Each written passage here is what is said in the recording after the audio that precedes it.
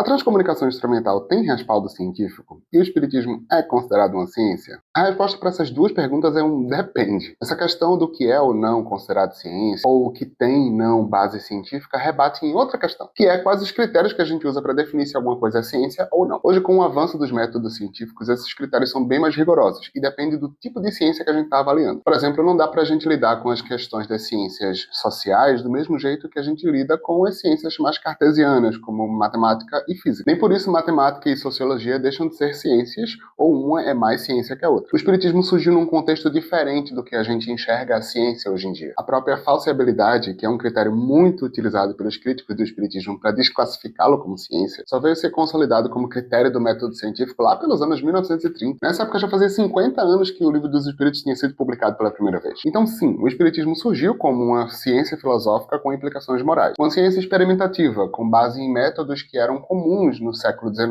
para se fazer ciência, e que alguns deles ainda são válidos hoje em dia, mas não todos. Já o movimento espírita, o espiritismo como é vivido pelas pessoas, aqui no Brasil principalmente, se transformou muito ao passar do tempo. De modo que eu arriscaria dizer que poucos centros espíritas podem ser considerados hoje como centros de pesquisa científica. E existem sim pesquisas conduzidas em universidades e centros de pesquisa que visam analisar os conceitos do espiritismo, como, por exemplo, a mediunidade. Esses dias mesmo saiu o resultado de um desses estudos. Mas ainda tem muito preconceito na comunidade científica em geral sobre coisas relacionadas à espiritualidade, ideias metafísicas, etc. A transcomunicação instrumental, a TCI, também é afetada por esses preconceitos. E nem todas as pessoas que são envolvidas nessa área seguem metodologias muito bem definidas. Então a gente precisa fazer um trabalho aí de separação de joio do trigo para poder a gente dizer que alguma coisa tem algum certo respaldo científico. Também vale ressaltar que TCI não é um campo exclusivo do espiritismo, mas se você vir qualquer coisa relacionada a esses campos ou ao espiritismo em geral, o critério que eu utilizaria para definir se aquilo é confiável ou não é observar se a pessoa que está mostrando aquela pesquisa